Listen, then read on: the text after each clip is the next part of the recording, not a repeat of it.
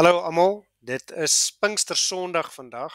Ek het vandag daaroor gepraat en ek praat baie in my preke oor die 8 stappe van die heilsorde, of soos wat dit ook bekend is, die weg tot saligheid.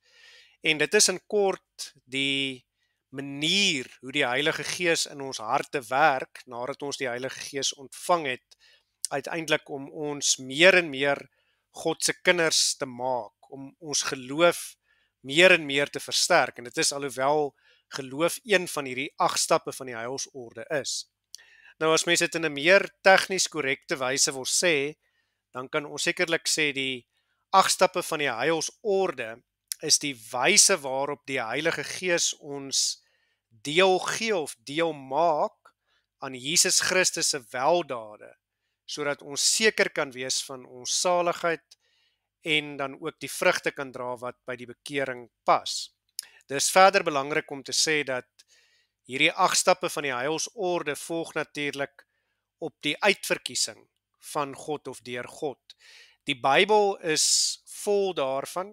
Ek dink byvoorbeeld sommer so uit die vuis uit aan 'n gedeelte soos Romeine 8 daarvan vers 28 af en verder word spesifiek gepraat oor die 8 stappe van die heilsorde, alhoewel nie almal van hulle daar genoem word nie, maar verder is die Bybel vol van gedeeltes wat dit noem. Die eerste is natuurlik, alhoewel hulle nie noodwendig in presiese volgorde altyd is nie, maar sekere stappe kan nie voor ander plaasvind of na ander plaasvind nie. So hoe dit tradisioneel vir ons in volgorde gegee word is natuurlik roeping, wedergeboorte, geloof, bekering, regverdigmaking, heiligmaking, die volharding van die heiliges of die gelowiges en dan die verheerliking of die heerlikmaking. As ek sommer so uit my kop uit kan sê, ek dink daar's baie voorbeelde van roeping in die Bybel, hoe die profete geroep word. Daar's baie voorbeelde van wedergeboorte, hoe God sê dat hy ons hart weer, ons klipharte weer harte van vlees sal maak om in hom te glo. Geloof, wil ek amper sê, gaan lees maar net Hebreërs 11. Bekering, ek dink aan Psalm 51, Dawid se boetelied. Dan regverdigmaking, die Bybel is vol daarvan dat ons geregtigheid in Christus is, dat ons onsself nie geregtig kan maak nie, maar dat hy ons geregtigheid voor God is. Dieselfde geld vir die heiligmaking. Dit is hierdie proses van oor en oor bekering. Ons bekeer onsself, ons groei al hoe nader aan God. Hy maak ons heilig, hy laat groei ons geloof. En dan die volharding van die heiliges is natuurlik wanneer ons al hoe meer en meer dan ook stry teen die sonde en die duiwel. Dit is deel van wat dit beteken om 'n Christen te wees. En dan natuurlik die verheerliking of die heerlikmaking. In 1 Korintiërs 15 praat Paulus ook daarvan. Ons kry verheerlikte liggame. So al 8 stappe word in die Bybel natuurlik genoem telke male, maar ook verder in die besonder gaan kyk maar na die Dordtse leerreëls, daardie hoofstuk 3-4, veral daarvan paragraaf 9 af en verder, dan leer ons baie van die stappe van die heilsorde of die weg tot saligheid. Goed, ek wil graag aan die hand van 2 voorbeelde wil ek graag hierdie 8 stappe van die heilsorde bespreek. Ek het ongelukkig kon ek nie aan 1 voorbeeld dink nie, maar ek dink 2 is goed genoeg. So die eerste voorbeeld is die van 'n wêreld of die wêreld waarin ons leef. So wanneer ons by roeping begin, dan sê ons vir mekaar, God roep ons uit die wêreld uit, omdat ons nie van hierdie wêreld is nie, soos Johannes 15 vir ons leer, maar slegs in hierdie wêreld is.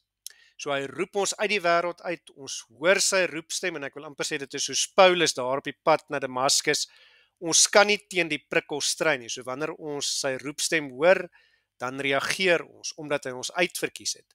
En dan is die volgende, die van die wedergeboorte, in dieselfde voorbeeld van die wêreld.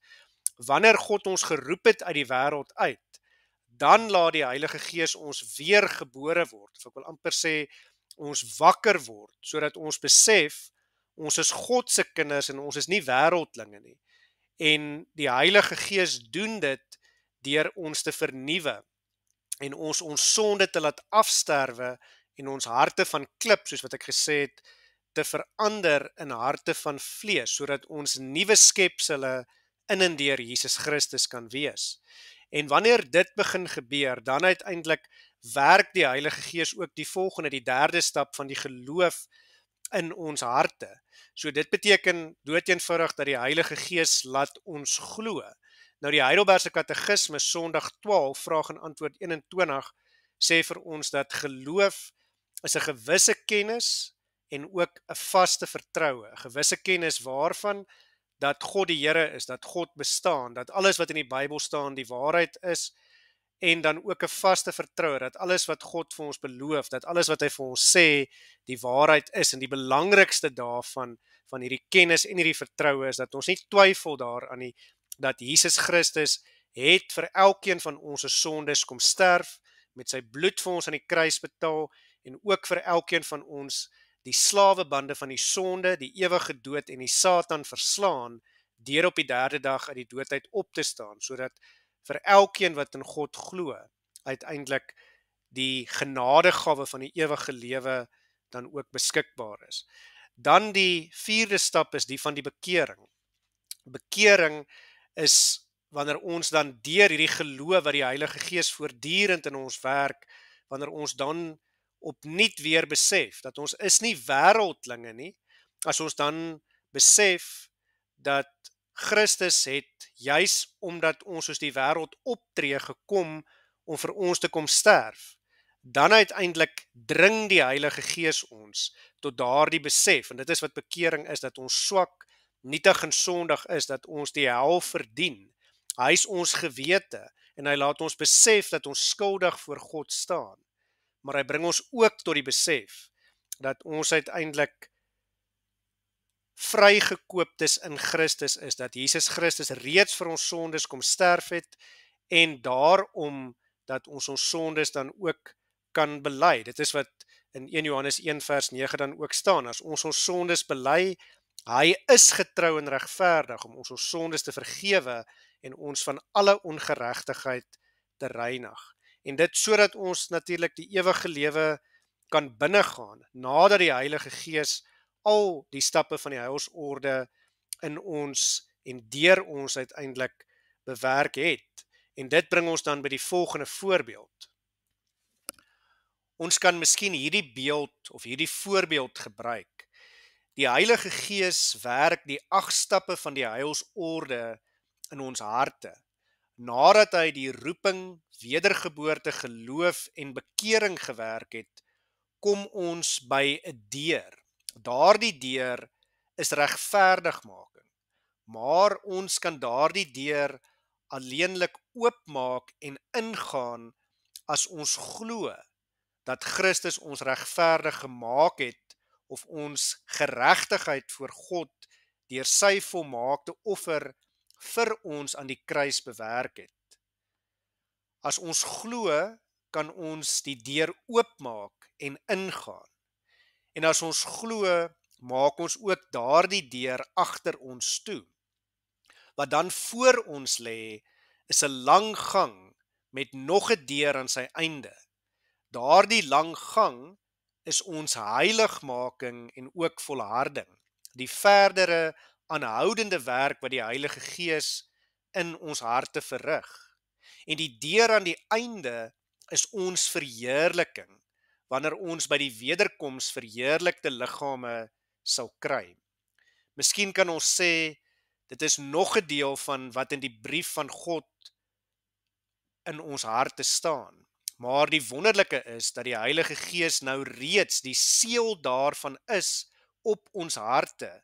En juist daarom twyfel ons nie, want ons sien die seël en ons weet dit is die van die koning van die konings, die getroue verbondsgod, wat altyd getrou bly en sy beloftes hou.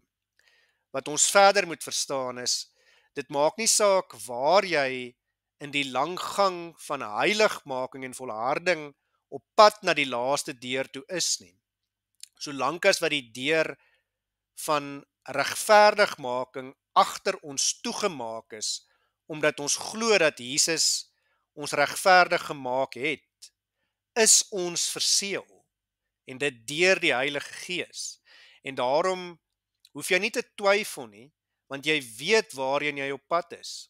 Dit is die Heilige Gees wat daardie deurdes agter jou toemaak deur die geloof, omdat hy juis die geloof in jou werk. En dit is wat jou fokus rig om nie meer agtertoe te kyk nie, maar om vorentoe te kyk, om die smal weg te loop, om deur die nou poort in te gaan. Dit is wat ons fokus rig op Christus. Soms vat ons dalk 'n paar stappe agteruit in hierdie gang tussen regverdigmaking en verheerliking.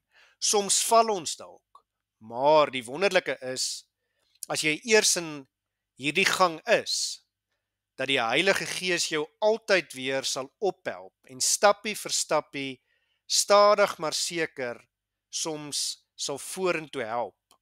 En dit is wat dit beteken om verseël te wees deur die Heilige Gees. Daarom moet ons verstaan. God verstaan ons is nie perfek nie. En daarom verwag hy ook nie dat ons perfek moet wees nie. Maar God soek die toewyding, die Engelse woord, die commitment aan die proses waar ons onsself oorgee aan die Heilige Gees, sodat hy ons kan vorm en deur ons kan werk, om uiteindelik ook seël van God te wees, in God se brief aan 'n verlore wêreld. En dit is wat volharding is. En ons kan en moet volhard tot die einde, omdat ons in Christus verseël is, deur die seël van God die Heilige Gees. En dit is 'n waarborg. En daarom kom al die lof en eer en heerlikheid en aanbidding, die koningskap hom toe, tot in alle ewigheid.